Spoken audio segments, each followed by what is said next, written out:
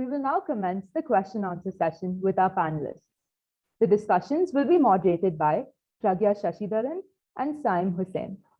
I truly found all of these really inspiring, and I think that whenever we listen to Dr. Vibha Bakshi or Ms. Meghan Mackay, Mr. Kadeem Gill, and Mr. Druv Kent, we always have a lot to take away from such distinguished guests, and I truly found each and every one of you inspiring and a lot to learn from all your stories and really implement them in my life as well. So we'll start with the first question from Ms. Meghan Mackay. What efforts have you put in your school to bring in a holistic education for the students? Thank you. So in addition to making sure that academically students are all prepared, they have access to many, many different other activities to make sure that it's not just their mind that they're feeding, but also their body and their soul. So some of those activities are things like Taekwondo, violin, other instruments that they can choose to do. We have an innovation lab where all of the learning is project-based. And so the idea is to give children a question that is exciting to work on. So for example, we live in New York City, and transportation is often an issue in New York City because it's a very crowded place. So how would you redesign the transportation system in New York City? And kindergartners work on a question like that so that they can build that with Legos or blocks. They can tell their stories about what they've built. Those are the kinds of ways in which we engage children in really real problems that we have in our world. I would say, so some of them are cultivating their minds, but also their bodies and their spirits. We do something called Circle, where there's a protocol, and people can share something about themselves, and then others are invited into the circle to resonate with that person, to really think about, like, I also, that resonated with me because, and then they can give their reason. We also teach children how to meditate. And there's a meditation session every morning for the entire school. And the adults do the same work. So I think, we often, people might think of schools as like, well, the adults have formed this for children, but the adults have to do the work too. And if the adults haven't experienced that same work, how could they possibly expect that the children would do the same? So the idea is really give children and the adults as well something hard to do, something that is challenging. That's really what builds that muscle around your brain, but also in your heart, so that you can open your heart to all of the things that are available to you. Thank you, Ms. Meghan. First of all, I would like to thank Ms. Meghan, Dr. Vibha Bakshi, Dr. Kent, and Mr. Gill for their stimulating speeches. We will do our best to inculcate inclusivity and diversity that you have talked about in our daily lives. We have a question for Mr. Gill. Your story is an inspiring one and demonstrates resilience and strength. Could you give us some advice on maintaining hope during the most challenging and hopeless time? Thanks again for having me. And well, yeah, I think that's a great question. I would say I didn't do it alone, right? So I would say one thing would be really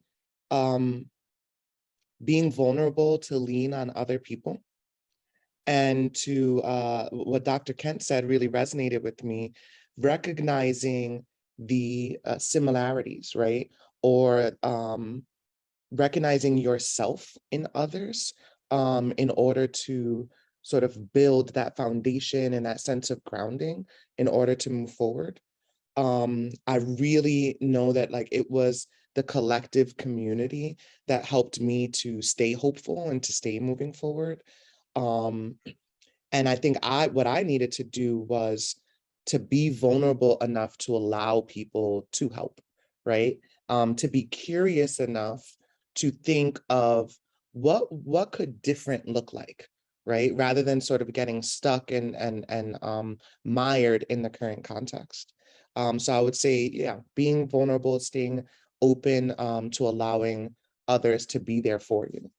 Thank you, Mr. Gill. The next question by our delegate is for Dr. Bakshi. How have your films created a sense of acceptance and belonging? You know, I was just going through all the questions and they were so interesting, right? From how do you make men a part of the movement to using the power of storytelling to make change happen. Your question again was, I'm so sorry, I was reading the other questions. What's your question again? Yes, ma'am. How have your films created a sense of acceptance and belonging?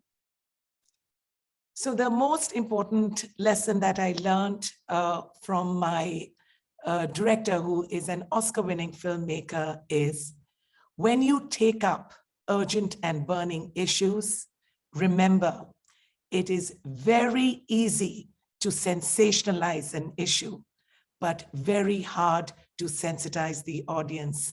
And this is something that as a team, we continuously strive for. There was a horrific rape and murder of a medical intern that happened on a moving bus 10 years ago. And I was there, and that was my first story out of India. It's called Daughters of Mother India. There was a revolution that had unfolded in India. And while the world was calling my country the rape capital, what I saw was that there is no other country in the world that reacted to a gender crime the way India did. Now, as a filmmaker, I could have either focused on a burning country or I could have ignited hope. I could have left people sensationalized with the issue or sensitized the audience.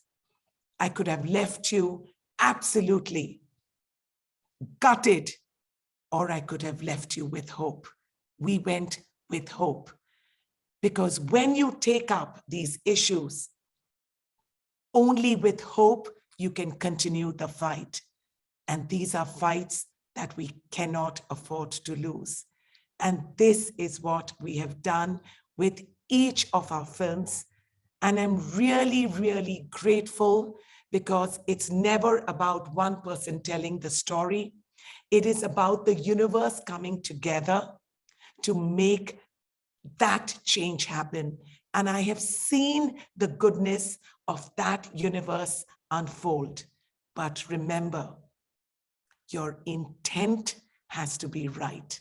And this is the mantra that we have worked with. And today, you know, when people talk about, backlash, even though we took up the most difficult issues, we received no backlash. And we were able to screen across whether it was academia, whether it was the police, whether it was, whether it was the legislature, whether it was schools. We were able to screen across to unleash global movements of change. And I am so excited. I can't hold my excitement that today is our first day of filming in UAE. And my next story now comes out of UAE, but I could not contain my excitement to share this. So thank you, and please, your best wishes and blessings to make us tell a powerful and beautiful story to the world. Thank you so much, Dr. Vibha Bakshi. Our next question is from Mr. Kent. How does music open new doors and opportunities for people Can we, as future global citizens, create such music and propel society towards a more inclusive environment? Yeah, it's a great question. Before I answer the question, let me just correct that I'm not a doctor. I am delighted and honored by your suggestion, but I'm not a doctor. Thank you. I think that's Vibha Bakshi is the doctor amongst us. I think I'm not sure of the others, but I know Vibha is. But okay, so great question. Can music open doors for a more unified world? I mean, the short answer is absolutely, and it's almost proven to have done so, right? Art in general shapes culture, and culture shapes our values, and it kind of is a cycle, right? It kind of goes around. Music works in obvious ways. You like music, you like a song. It works in very subliminal ways, which is you're not always. A song can get stuck in your head. A tune can kind of move you, can emotionally bring you to tears suddenly in the middle of a completely different experience you're having, and you're in an elevator and this has happened to me, and perhaps I'm just one of those emotional kind of people, but it happened to me not infrequently that in the middle of some other moment of your life you're discussing something quite serious and you're fully absorbed, and some other song comes on and you're transformed. You're back in your living room when you were 13 and your parents are dancing in the room, to some Elton John song or a Kishore Kumar song or something like that. So you're immediately moved, right? And it has, in that sense, it works like food, like a smell will give you the same kind of transformational movement. So anyway, so I think it's hugely powerful. The question is, is there a musical movement in today's world that can coherently reach everyone? Is a more real question, because I think as consumers of music today and of lots of art, it's become a little fragmented. When I was growing up, everyone knew Michael Jackson, and everyone knew Madonna, and everyone knew other people. And until there were CDs, almost that life kind of continued. And as now it's become more fragmented, someone's listening to Drake and someone's listening to Taylor Swift, and they're not necessarily the same people. And someone's listening to Druv Kent, hopefully, but they're not probably the same people. So the thing is, music has the power to do it. I think our current platforms are slightly limited, but also I think, maybe if I can be honest, I think our artists today are not rising to the challenge and to the opportunity that's been presented, where you've got a world full of so many things that need this worthy of discussion and worthy of great music, and putting music back in the forefront. I think films have done a better job in the recent last 5-7 years. Comedy has done a great job of becoming the center of a cultural kind of movement and becoming relevant. Music can do better, and we will hopefully do better as musicians and artists, but we can, yeah. Dhruv, you and I should collaborate. We should. Film and music, yeah. Absolutely, we must. And create magic. Create magic, absolutely, yeah. With a heart, yes. Yes. So I hope that answered that question.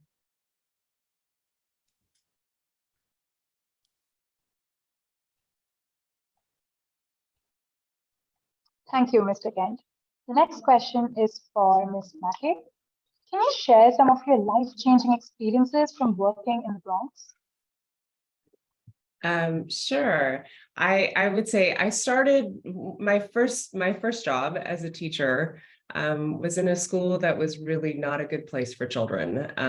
It was a school that was created for children who got kicked out of the public school systems and needed a different setting. And I will say that I was very young and I didn't know what I was doing and knew that there had to be, but I knew one thing, I knew that this was not a good place for children.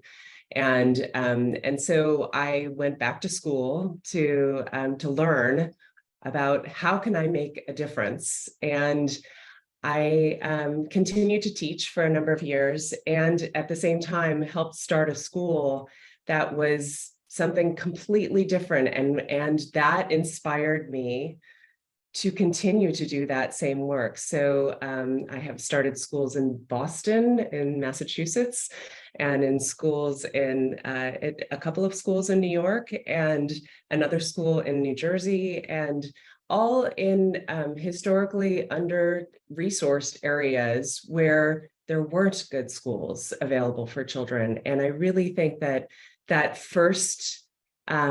first experience, I knew there had to be a better way. And so I helped to create a better way. And of course, I'm not doing it by myself. I find other really good people who know something that I don't know about, and I bring them in to help me think about, for example, Mr. Kent would have been an amazing person to say, like, how about you create our music program?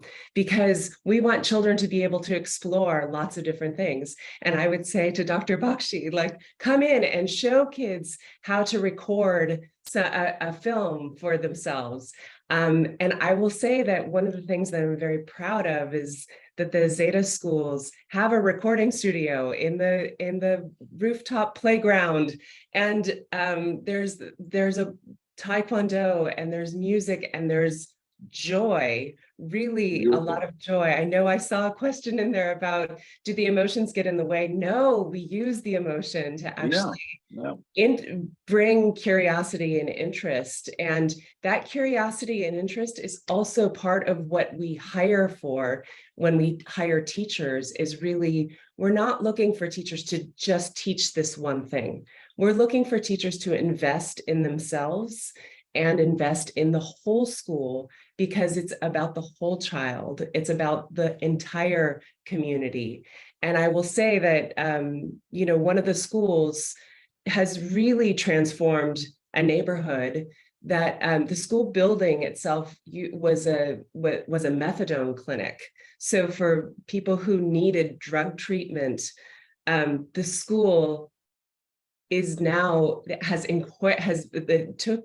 that methadone clinic, and it is a school for children now. And it's just I see little kernels of ideas, and I want to make them bigger. Leverage Ed is actually an organization that I started, and it's for leaders, and it's so that leaders can connect with each other and share those ideas. So, when I think about, it's not just about one school, it's about spreading those ideas further. That's beautiful. Thank you so much. Can I just also add on, is emotion, does it get in the way of logic? I think it's frankly a very deep question. It's a very valid question. I think about it a lot. I'm both logical and emotional, I've got two sides of that. I've been an investment banker, which means you can't be overly emotional. And I am an artist, a genuine artist. I write from the heart and make music which is, authentic and real. So I think there are two different kind of, let's say, spaces that you should allow both to operate. Really, they both can work together. And emotion is imperative. You have to be, you have to allow your real feelings to come out. I think expressing yourself in, poetry, art, any other way, even just in a regular conversation, I think is hugely important.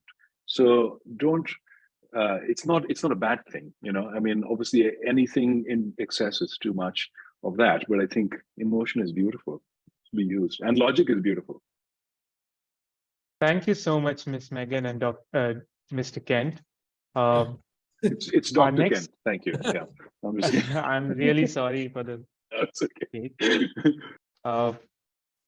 Our next question is for Mr. Gill. What would you say to your younger self if given a chance? I would say two words that I ensure that my students across my current region always hear, just you belong. I think that those are just such powerful words to validate a person's experience, to validate a person's just life, right? Perspective. And I don't know, just because of by nature of like the context that I grew up in, that I heard that enough. And it's now as an adult that I realize that sometimes I even still need to hear that. As I continue increasing in my career, I never would have dreamed that I would be in a doctorate program now, or that I would be leading an entire region. And so sometimes I do find myself in rooms where I question, right? Do I belong here? And so yeah, I would tell my younger self, and I strive to always tell my students now and to tell my staff, you belong. Beautiful. Thank you. That's a inspiration for my next song. It's beautiful, really, really lovely. Yeah. Thank you. And I didn't say this in my my story earlier, but I'm a singer and dancer, and singing and dancing were also huge parts of. So I agree with Mr. Ken about just how you use emotions and use your life to pour into art. For other than community, music and dance helped a lot to be able to help me grapple with and tell stories that I didn't have words for, right? The way that I'm able to describe and narrate my story now is very different, right, than the words that I had at the time. And so often people would see my art, hear my songs or dance, and I don't think they fully ever appreciated or understood, but I did, right? And it was my way to like tell that story. Yeah, no, and just to add to that, there was a question that came. I mean, we're talking about music and, the arts and, you with all your schools. It's the same with films. There's a question here that says that how do you convert a social idea into a story film? And that's exactly, what I do. And what we realized is the power of storytelling to change hearts, to change mindsets. Change cannot be forced. And this is what we're doing today. Sunrise has screened for 5 million students in India. And what I realized was that it was the boys who cried. It was the boys who were the first to get up to give a standing ovation to our gender right heroes. And this is what the arts can do. And then everybody has to come to their own realization. In fact, there is one person in the film who said, he's a man who was a very strong patriarch, who said to me that there is no place for women here. He said, in the end, he says, I realized I changed when other men realize they will change too. And that to us is victory. Thank you so much, Dr. Vibha. Our next question is from Mr. Kent. Were you accepted in the music world after investment banking? Oh, that's a pretty deep question. Really cutting to the bone there. It's a very, very good question. Because I think the short answer is yes, but the more full answer is yes and maybe no, right? I mean, so let me make that more complete. So the thing is that the music I make is of a certain type. If they're genuine songs, slightly, this is maybe before most of the people on this call. The age is obviously quite young, but some of my songwriting heroes are guys who even before I was born, the 1970s, etc. So they used to write a certain narrative stories in song, and the songs had a lot of melody in them, and so it's slightly different to maybe what's the current thematic, which is a little shorter format, a little more TikTok heavy or TikTok savvy, etc. So it's a different kind of thing. So there's that aspect, but that's not really the question. I think that because I'm making the music I want to make, right? I'm not making the music someone else wants to make, because let them make that music. That's for them to do, right? This is the music I want to write. So the answer to the question is, I think there is a general sense in my understanding, that your cultural icons need to be accessible and look a little bit like you. So it's interesting, and I think this is it's not a new thing, but it's kind of, there's a pop culture, there's a lot of kind of in-depth kind of research done about this over the last 50-60 years. International pop culture has been around. So I think a large part of, at least 70%, I would say, of my audience internationally has probably got something to do with India. Either the Indian or sometimes Pakistani, or so basically people of my skin tone and heritage. And so it's interesting, because that's why I'm answering the question quite honestly. And I think, and it's not necessarily only to do with the type of music I write, because the music I write is quite universal. And I certainly have lots of other people who are interested in my music, but it is hard to be accepted. You have to recognize that you have to cater to an audience as well. And that audience needs to accept you as one of their own.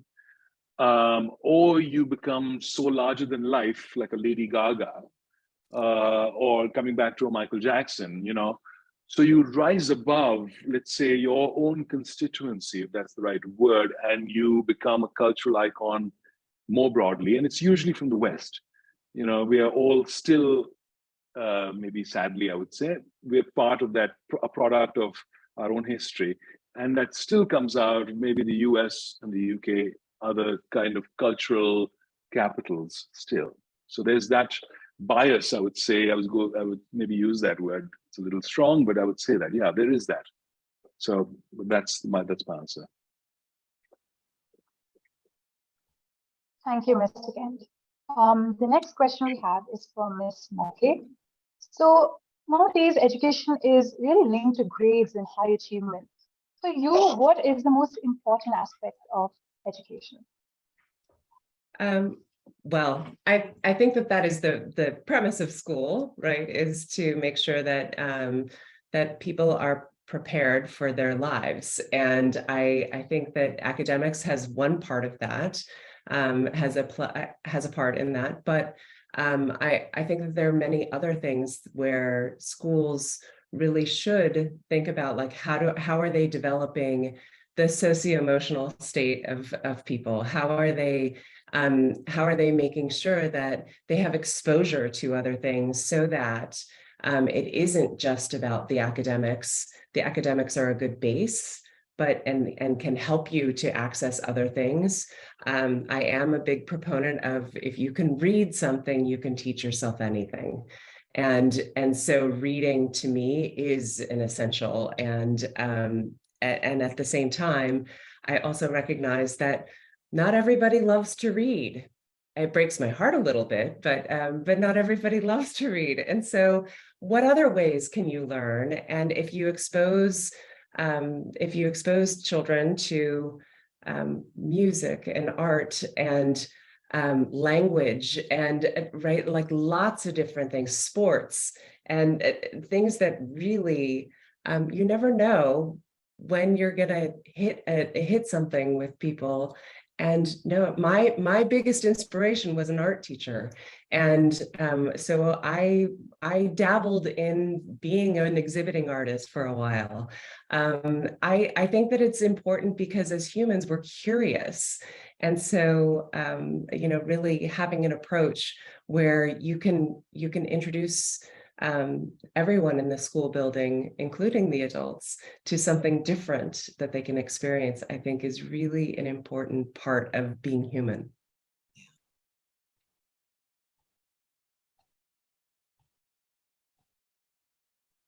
Thank you so much, Ms. Meghan.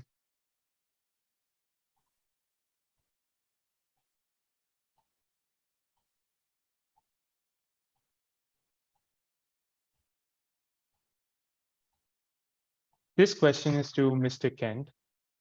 How do you deal with people not accepting Indian cultural music as much as Western? And how do we change that mindset or ideology? And in addition to that, what is the way forward for the future of a form like Hindustani classical music? Oh, wow. Okay. We're really digging deeper into that little hole. Okay, so I think I mean it's hard to project or to guess where culture is going to go, right? I don't think anyone really has that strong an idea. And I think I think maybe the question, and as you can see, the let's say your question is about, you've also written it down, I think, the Indian cultural music as well as the Western music. So I think Indian cultural music has become a global thing in some ways, with, you know, Indian movies, South Indian movies, North Indian movies becoming a massive industry, right? Just like we imported hip hop into the streets of Mumbai and the streets of small towns in India, not even in English, not even in Hindi, but in a local language, which, you know, will shock a lot of people that, my God, and they're pretty good, right? These, I mean, I'm not personally into hip hop music, but some of these street rappers that you find in India are just amazing. And they're doing it in Telugu, and they're doing it in all kinds of, you know, really regional languages, not just let's say English and Hindi. So the point I would make is that these things will naturally just grow as far as the audience will push them. And as long as they have artists that are genuinely pushing the art forward, you know, you'll have some famous people who come and go perhaps, but you have to always keep pushing an art form forward to really have the currency and the fuel for it to go further.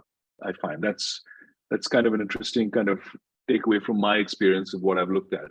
So I think it could be interesting if these things could become global things, just because in the next 5-7 years, there'll be that many more people with purchasing power with Indian heritage and, you know, pursuing these kinds of things. The question about Hindustani classical music is a more complicated one, which is like saying, why is Western classical music not as popular as it should be, perhaps, right? And the same thing holds true for Hindustani classical music. It's a little less snappy. It's harder to play. You know, it's just much more skill involved in learning these things rather than just playing a guitar, which is one thing, but learning classical guitar is at a different level of capability. So similarly, learning a sitar and doing it, you know, with rags is difficult. So I think it's harder to play, it's harder to follow, therefore harder to completely understand. But jazz took off in the 50s in America, and it still remains a real movement. I think there is scope, but you need real iconic leaders to lead it, as well as maybe some good TV programs to support it. Maybe that's the answer in India. TV programs are the key to some of this. Anyway, that's a very real world answer about some of the question. Sorry. Thank you, Mr. Kent. So we have another interesting question for Dr. Bakshi.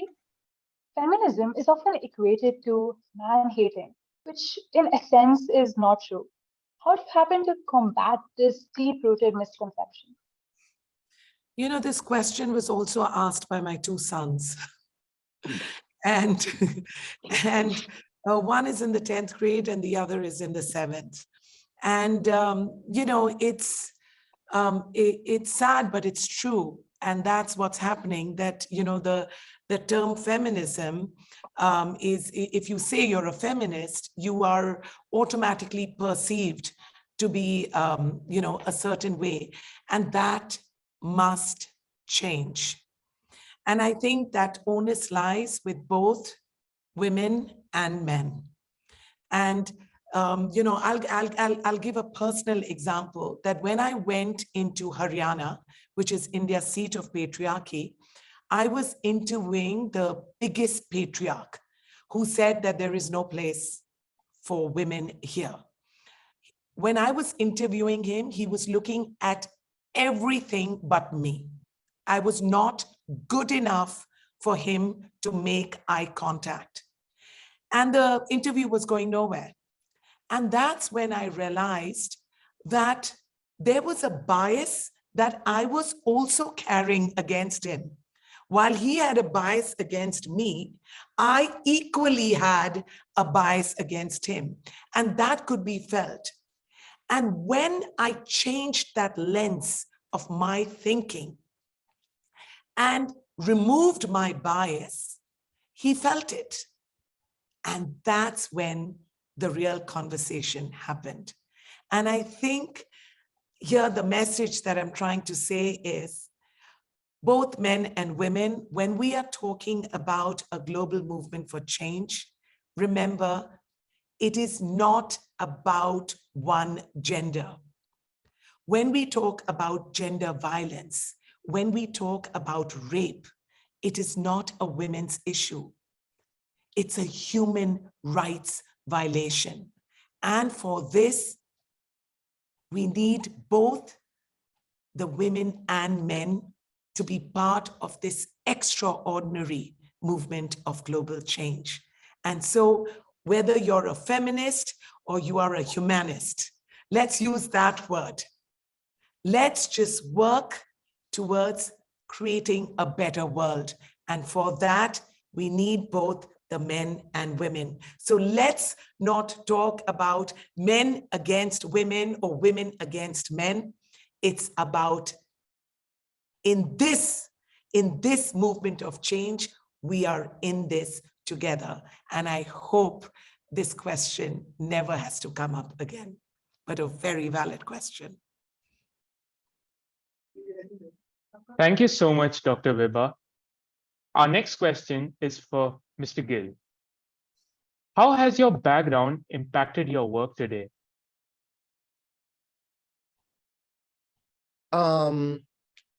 I think because of my background, I'm able to understand a lot of different perspectives, right? So I grew up in a low-income single-parent household, endured a lot of trauma, but then I also went to Princeton and went to a very prestigious elite boarding school where I met people who were very different than me and who had experiences really very different than me. And so I'm comfortable in a lot of different rooms or sitting in different spaces. I also think in my current work, like just the sense of curiosity, even for my own emotions, right? Like when I am feeling something, I try to take a step back to ask, to say, like, I wonder what that's about, right? I wonder what's coming up there. And I think that that is what allows me in my current work to innovate, to persevere, is constantly staying curious. When we're curious, we can't judge, right? It is impossible to be curious and to judge at the same time. And the moment that you start judging, you limit your possibilities, right? You limit the scope and abundance of what could be true. And so I think my past has helped me to lean a lot into curiosity, because there were times where I had no other choice, right? It was like, I'm either going to give up and give in or stay curious about what's possible. And so I still carry that with me today. That's superb, by the way. I love it. You can't be curious and judging at the same time, right? You can, it's very nice, very nicely said. Thank you. By the way, you guys are great. I know we have a very, very committed and passionate group of, as I say, our future change leaders, but this has been such an interesting panel. And I truly believe we're all learning. You know, the day you stop learning, you will stop living. And it's just so nice. I'm truly inspired by all of you. So thank you very much. Same, and thank you all. Yeah. Thank you. Beautiful. I feel the same. And so many beautiful questions from all these young minds. It's just superb. Superb. Yes. Thank you so much, Mr. Gill. The next question is for Ms. Mackay. What inspired you personally to educate and help students all over the world and found leveraged. Was there any eureka moment or like an aha moment when you knew that this is what I wanted to do? Well, I think after having worked in lots of different settings in schools, and really in primarily very historically under-resourced areas where it is a hard job. As a teacher, as a principal, as a superintendent, to think about like, okay, how do we get at the heart of what is really important? I think that it inspires me to have children explain things to me.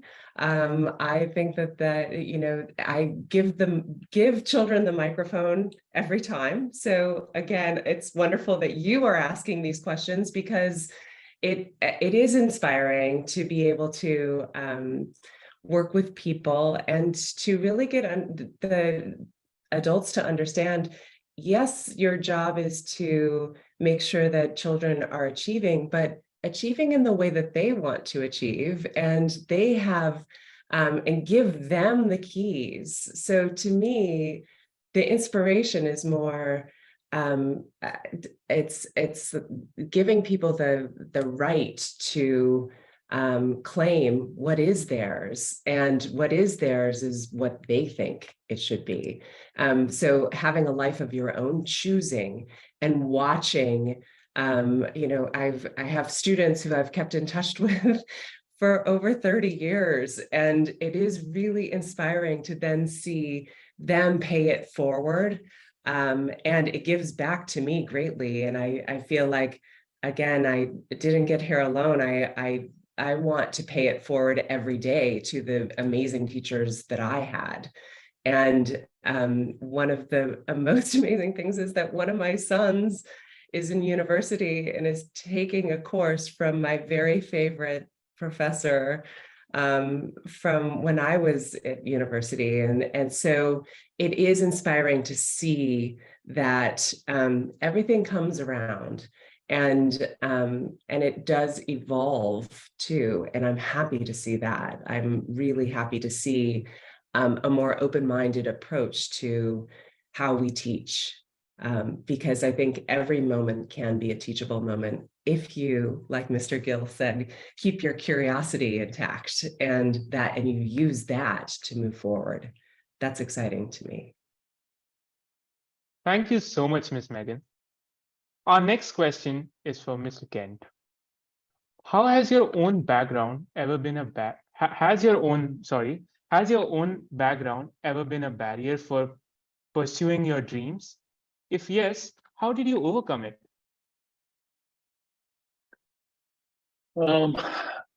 Background being a barrier, I don't think so. I mean, it's all a very relative game, right? Backgrounds, I would consider myself very privileged, to be honest, right? I mean, I grew up in a happy home, a loving home, a middle-class home where we had enough food to eat, and where I went to one of these amazing schools which are listed on this when I joined the call, the Doon School, which I haven't heard any noise from the Doon School, but shout out to the Doon School, amazing school. So I felt that I'd been given amazing opportunities in that way. I did feel there was a sense of obligation, which I felt on my own, perhaps, that I had to do a real job. And this is kind of also alluding to another question which is in there, which is a solid job versus an arts job or something like that, which has been kind of posed. So I did feel that, perhaps the weight of that I should do a job which earns real income. I was fortunate in that I enjoyed finance and I was good at it.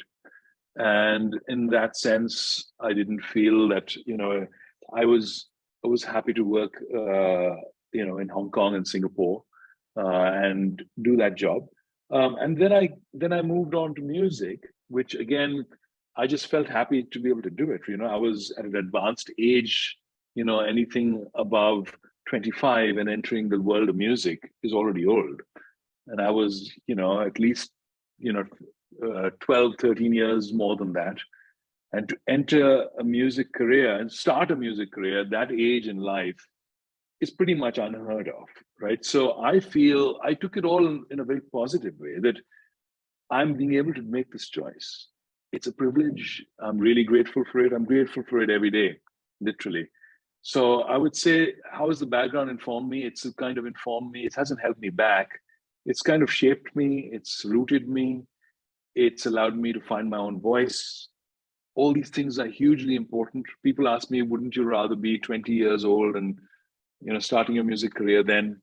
You could compete with Ed Sheeran or whatever it is, and I'm like, no, that's Ed Sheeran's journey, right? This is my journey.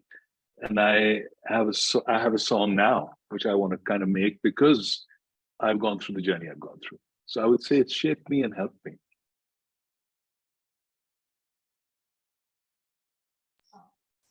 Thank you so much, Mr. Kent. The next question is for Dr. Bakshi, and it's a question from my side. Is there any advice you would give to all the young girls out there like me? Something that we should remember even after we graduate, and something that we hold on to for the rest of our lives. No pressure, no pressure. This is just a. You're on mute. No. You're on mute. I do so many films on gender justice that there was a presumption that I was a mother of daughters. And as I revealed earlier, I am a mother of sons. And I really feel at this point, through all the learnings of the film, I think my focus really is on the boys.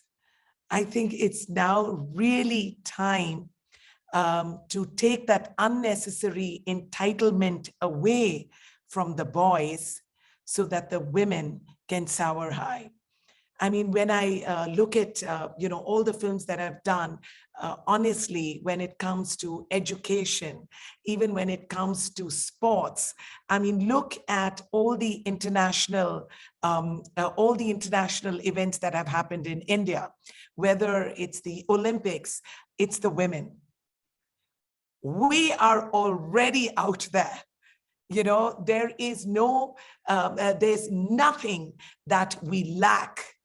The only issue has been this unnecessary sense of entitlement.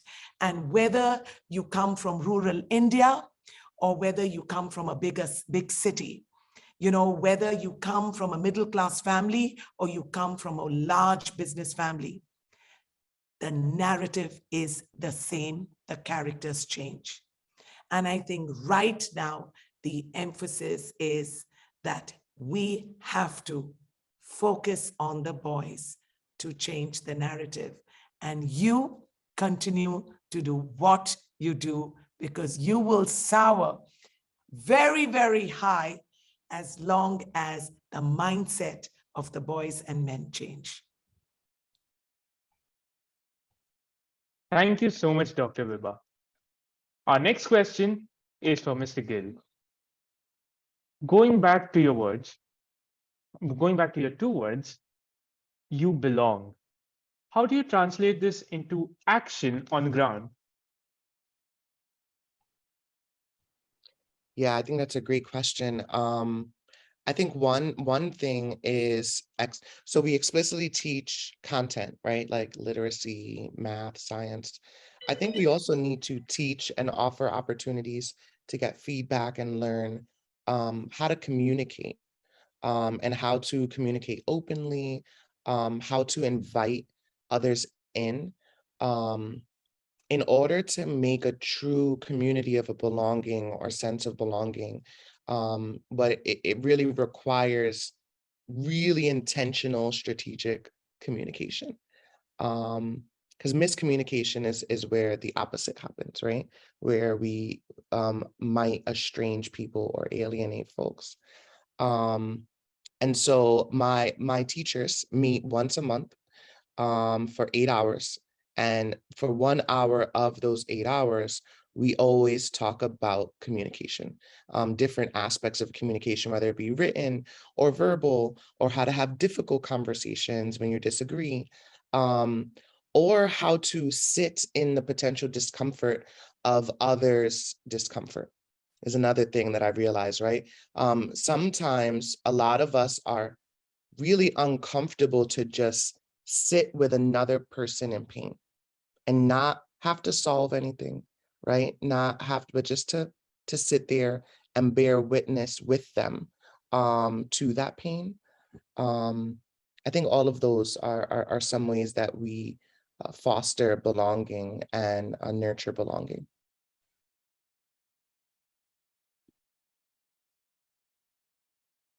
Thank you so much, Mr. Gill. And it was indeed an exciting session. So we have 5 minutes left, and would the panel members like to ask each other questions? I just wanted to say something. I mean, we're talking so much about, inclusion and diversity and change. And we know that this is not easy. So, to all, the students who are out there, the ones that we have pinned our hopes onto, and, you are from different parts of the world, there's an important lesson that I learned when I received the honorary doctorate from Boston University. John Lewis was also being conferred the honorary doctorate. For those who don't know him, he is an absolute legend and an icon from the United States.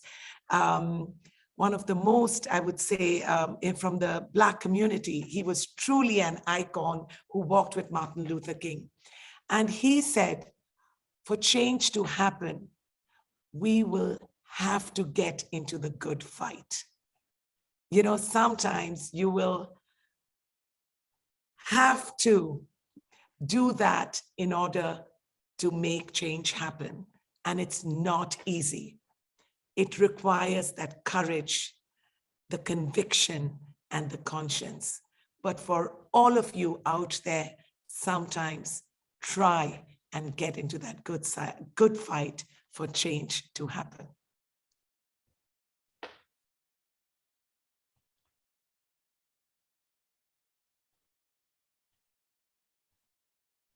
That's I'm lovely. curious. Oh, go ahead. No, go ahead, please. Megan, go ahead, please. I'm curious about for each of you, what's next? What's your next big thing that you're very excited about? Well, we just started today as the filming is going on. So thank you. And actually, I've got like 23 missed calls from the team. So today is our first day of filming in UAE. And I truly believe that UAE is the trailblazer for coexistence, interfaith harmony, where there are 200 nationalities that are living in peace here. And we don't know where the story will go, but I'm committed and passionate to talking about coexistence, inclusion, and global harmony. So very, very excited. Sounds great. Wow. Hard to top that one. Megan, what are you excited about? Well, through the Leverage Ed Foundation, I bring leaders together, and on Monday we are launching our new collective after doing lots of pilots. And so essentially it's like an online community for school systems leaders. And one of the reasons for it is that it's a lonely job, it's a hard job. And the idea is to bring people together and really collectively share ideas.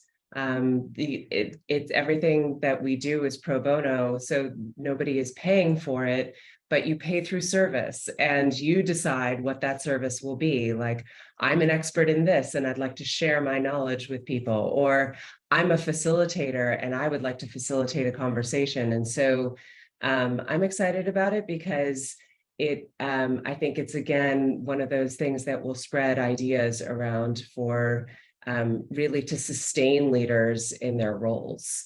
If they know other people who are also in the work and they can give them a call. Fabulous. Wow. Good luck. That sounds Thank great. you. Yeah, all the best. So in my life, so I've come up with 4 different music albums. Each of them are different kind of aspects of my life as the journey has gone on the last 8 years.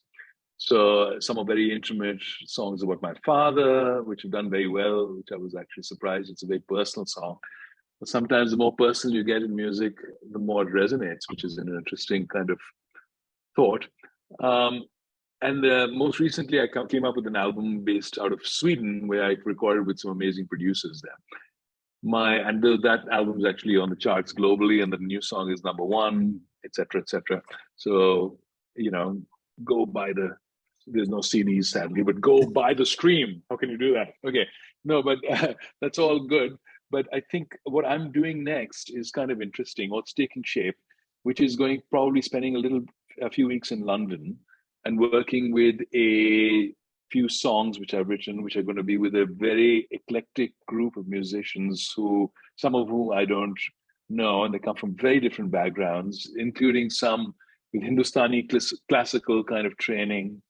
And I'm trying to really blend an Indian Western kind of, the songs are in English, some of them in Punjabi, which is I'm ethnically Punjabi, some of them are Hindi and English, some of them are just English, some of them are just Hindi. So it's an interesting project which will bring a milieu of different types of people.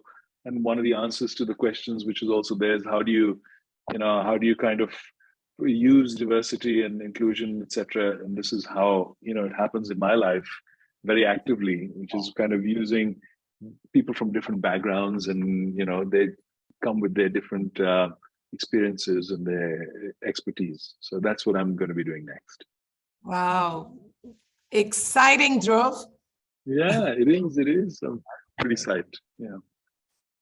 And I'm looking forward to expanding our current region. So Milwaukee, Wisconsin has the largest educational funding gap. Milwaukee, Wisconsin has some of the least funding for special education, the highest segregation in the country, and a history of systematic disenfranchisement of people of color. I say that to say that there's a huge opportunity that if we can get a strong educational system to work within Milwaukee, that can be easily duplicated to support any high needs urban community. And so our strategic plan right now is to triple the size of our region in the next 5 years. But I know that means that we're going to have to get really good at like what we do now before we can duplicate that. And so yeah, I'm really excited about that. I'm also super proud of having been able to increase our diversity by 150%. Wow. Thank you. That's amazing. So I want to stay on that path as we duplicate, because I think educators representing the communities that they serve is paramount. I don't only think that, research shows it. And so, yeah, looking to continue expanding while honoring diversity in the workforce in the region. More power to all of you. Yeah, thank you. That's amazing stories. Wow, really pleased to be on this panel. Thank you all, really. Thank you, spending Ms. your time with Gulati, us. for bringing us together. Yes. Yes, absolutely. It's been a privilege. Thank you. It's been a privilege hearing all of you. Thank you so much. And thank you to all the young people once again. They've been amazing. Thank you, guys. Thank you. Thank you so much. Thank you. Oh. Over to Krishna now.